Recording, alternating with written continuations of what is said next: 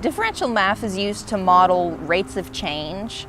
So if you want to model the rate of change of something in science and physics, like a velocity, differential math would be used for that. If in economics and business you want to measure the rate of change of a certain amount of money that's in a bank, then you could use differential equations for that. So they're used for anything where there's a change. Because it's so versatile and everything changes, just about every profession could use differential equations.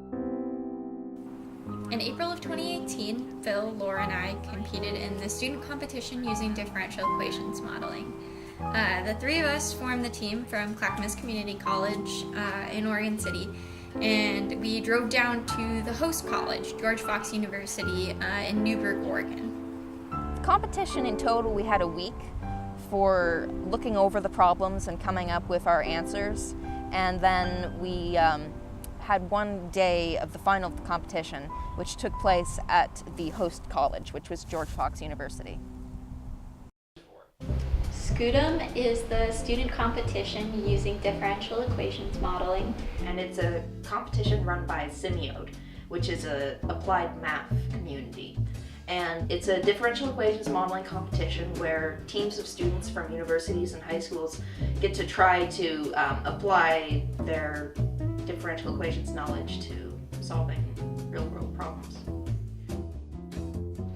So why did we take time away from schoolwork and social life to do this? Because when you're in a math class, you get the concepts and you get lots of practice doing the things, but you often don't get as much room or time to explore the subject thoroughly. It was a bit overbearing the week leading to the competition, but a fun kind of overbearing. It's sometimes just kind of fun to challenge yourself and see how much you can do and if you can really fit something in with your schedule and if you're crazy or not. So differential equations contest, we all thought that this would be a great chance to really get to know differential equations.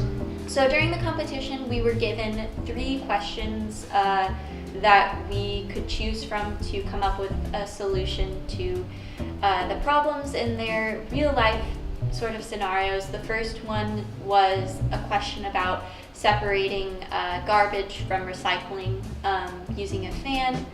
And the second question was a biology question about zebrafish and their reactions to incoming threats. We chose the third problem, which was asking us to model the formation of friend groups in educational environments.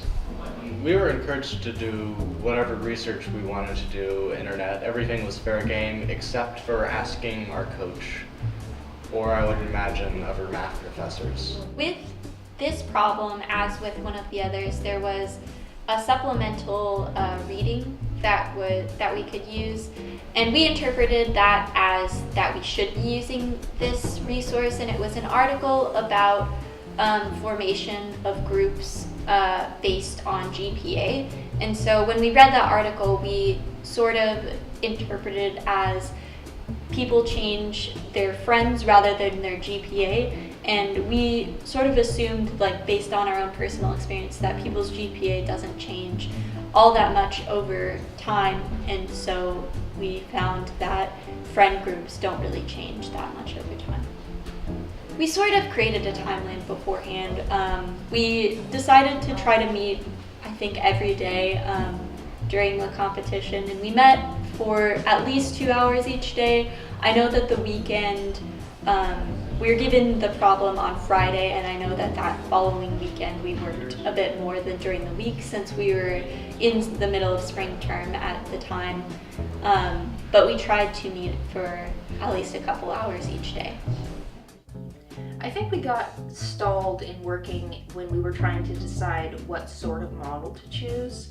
Because when you're modeling groups and how they form and how they change, there are a lot of different ways that you can approach it. It's a little bit more up to choice. You can take a wide view and look at overall formation of groups, or you could narrow in your view and look at the interactions.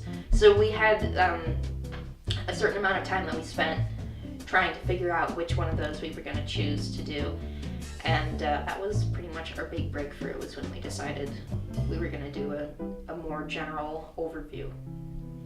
So we are the damped harmonic ocelots, and we chose problem C, modeling the quotients. To begin our solving the problem, we first kind of had to define what we thought of as a group. We defined a group to be a socially based, cohesive assemblage of individual students. This slide is tying in to our assumption that students form groups based on their GPA, and we're just showing how some of the common cliche, almost high school clique groups are related by GPAs and how they all have somewhat similar GPAs. We kind of threw this one in there for fun. It just was sort of we'd always come back to the breakfast club and a nice little break from the math. Looking back at our model, I think some advice I would have for future people competing in SCUDEM would be that maybe to make your slides a little bit less wordy. I think we included a lot more information in the actual slides than we should have. A little bit sparser of a slide, and then having either note cards or just kind of memorizing what you're going to talk about would be better in the future. I think presenting was kind of daunting. It was really nice since there were only 2 teams competing in our location. It was kind of nice that there weren't quite as many people. But presenting, I think, was really good because it gave us the opportunity to come up with concise and effective ways of explaining our work, and that's really important as you go into the workforce and as a student to know how to present your work in the most effective and easy to understand way for all audiences. Trying to explain your work so that everyone can understand it is important as well. Some friends and family members showed up to watch the competition, but other than that, it was a pretty small crowd. It was really just us, the judges, the other team, and a few other people. The other team was really nice. They took us out over to lunch at the campus cafeteria, and we ate with them and got a chance to talk with them about their majors and their studies, and it was good. Well, I was going for fun at the beginning. Yeah, math is fun. I think math is really fun. Maybe some people disagree. But I think we all have to like math in some, the 3 of us have to like math in some regard to want to go into this competition. I mean, I partly did because I thought it would be a really good experience, but I mean, I don't. I like math, so. I think especially applied math is where math can really be fun, because then you're not doing practice sheets and drudgery, which sometimes can come along with math, with how to learn how to do things, but with applied math you're actually able to start playing around with it. So the math bowl happened after we'd given our presentation to the judges, and it was fun.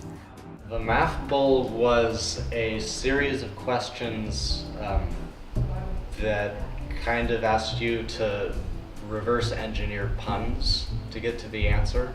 I think the goal of the math bowl was to take away some of the stress from the students who had just given their presentations, because it comes right after the presentations. And I think it also can give the judges a little bit of time to think about how they're gonna vote. I think it really helps give me a sense for what presenting my work in the future will be like. I think that SCUDEM was definitely worth it. It was a lot of work at the time, but it was super fun. I am now friends with my teammates. I think SCUDEM was definitely worth it because it gave a really good introduction to modeling real-life problems with math and using math in a way that you normally wouldn't be able to just as a student. Why did Sign 2R get turned down when it applied for a loan? I think it was it needed a cosigner.